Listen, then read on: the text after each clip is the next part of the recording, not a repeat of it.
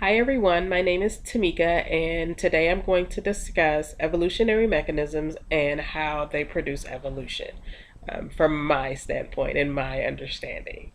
So, first, let's discuss what evolution is. And evolution is the change in L frequency over time. So, anything, or not say anything, a population that has a change over a time period. And the question would be, how did that change occur? So then you have these different mechanisms where the first one I'm going to discuss is natural selection. So within natural selection, you have your survival, and then you also have your sexual. For survival, my understanding would be is, say if you had a population of half red, half blue, and you had this predator that only, was only able to see red. So it's like he's selecting in a sense. And unfortunately, he kills off half of the red population. So to carry on through time, half of the red is already gone, and you have a dominance of the blue population. So that's kind of like a survival. Unfortunately, the reds weren't able to survive like the blue were.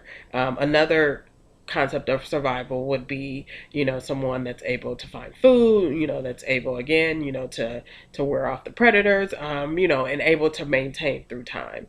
When it comes to sexual, it's more, or to me, it's more of, a population, say, mating with another population to have offspring, and continue that process to continue to have offspring through time. Then you have a population that doesn't mate, so unfortunately they won't progress through time. So that will be the two natural selections, or at least my understanding of natural selection. The next mechanism I'm going to discuss will be genetic drift.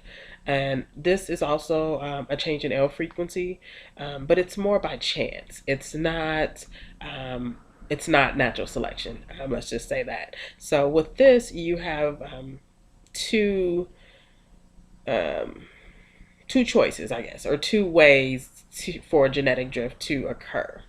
The first one would be bottleneck. And bottleneck to me is kind of like when you have some type of devastation or catastrophe that comes in and wipes out. So, say a devastation came in and again wipes out half of the red population. So, moving forward or through time, again, you will not have as many of the red population as you will the blue population. So, that's kind of like my interpretation of bottleneck. When something devastating happens and the what's left, or the population that's left, is what's going to carry over through time. And unfortunately, it's by chance. You don't know that devastation will occur. You don't know. It doesn't pinpoint who it's going to attack. You don't know it's going to attack the red or the blue. So that would be the bottleneck. Then you have the founder effect, where again you have that red population and the blue population. And some of the blue is like, you know what, it's too many people here. I found this land over here, across the ocean. So they choose to go over there and say, you know what, this is going to be our land. This is where we're going to set up, our home. And, and they start their own population. So that's kind of like a founder effect, where they go to a whole nother area. And begin to mate and have their offspring, and try to form their population, I guess, at that particular location. So that would be my interpretation of the two different genetic drifts. Next, we have gene flow. Now, gene flow is the exchange of genes between populations. So again, we have, you got population A, populate the red population on one side, and you have the population B on, blue on the other side. It's where maybe population A, or don't know why I'm stuck with the letters. The red population chooses to join the blue population. So it's kind of like, and they mate, and so that's kind of like the gene flow, and then the progression through time.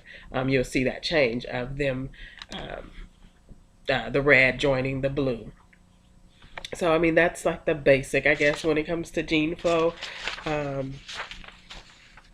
don't know what else to kind of say with that one. Um, it's just, again, you got your red and your blue, and they combine within the population. Um, let's see. The next I have is um, mutation. Mutation in would be to me, um, and it's also kind of like a random thing. It's not something that happens all the time. Um, but within a population mating with another, say that when you go through the DNA replication, something didn't match the right way, or one of those L's were damaged, or mutated, I guess you should say. So then you will have a mutation within the population, and it's not a large occurrence. It's very, 1 out of 10 per se. But it's just when within the population, one of the L's are mutated, and um, I guess, or I guess a good term or a good reference would say was the change in genetic code. So you would see that difference of the red and the blue. Say it would be red with a blue strike down it compared to just all red. So that would be like that mutated gene that shows on that offspring. And let's see, I think I have went over all the different mechanisms. Again, we have the genetic drift, which is a change in L frequency by chance. And then under that, you have the bottleneck and the founder effect. Then the next mechanism you have is the gene flow, as well as the natural selection and mutation. And again, this is my interpretation of the evolutionary mechanisms and how they produce evolution. Thank you.